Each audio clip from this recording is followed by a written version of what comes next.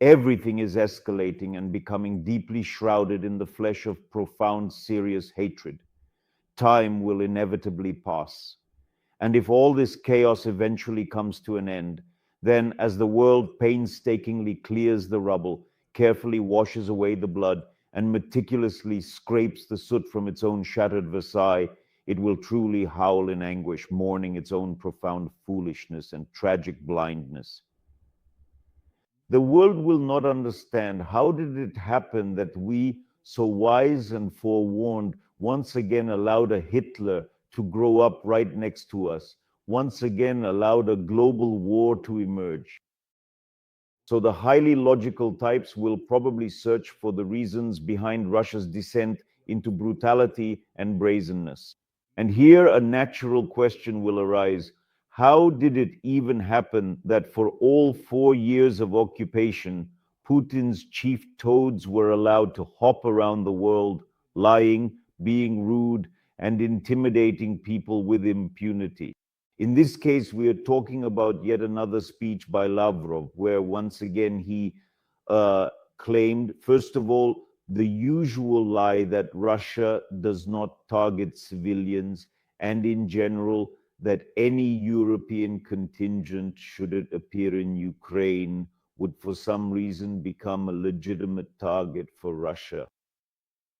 Of course, Lavrov is almost a complete caricature, but his extensive free rein to travel the world and his numerous speeches at all sorts of international UN gatherings, as well as Nebenzia's persistent clowning and the outrageous antics of other truly dinosaur-like figures from Russia's Ministry of Foreign Affairs, have consistently fueled and regrettably continue to fuel Russia's profound sense of absolute impunity, allowing them to act without consequence.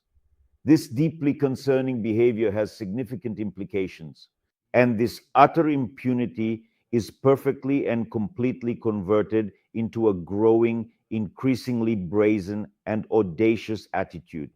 If just once, for example, the Russian Foreign Minister Lavrov were forcefully thrown out the window, if just once the doors of the United Nations Security Council were decisively slammed shut in his face, he and absolutely everyone else who shouts and rants like that in Moscow would undoubtedly be singing a very, very different tune indeed. But the reason this brazenness is fueled by the permissiveness shown to the Lavrovs is that it emboldens them both politically and militarily. It's genuinely quite hard to definitively say whether the Russian Foreign Minister Lavrov is truly under the influence of something or not. But in the disturbing video footage, he very clearly and unequivocally does promise to brutally kill those innocent Europeans who unfortunately get in the way of the relentless and aggressive horde of Russian occupiers as they ruthlessly loot and illegally occupy the sovereign nation of Ukraine.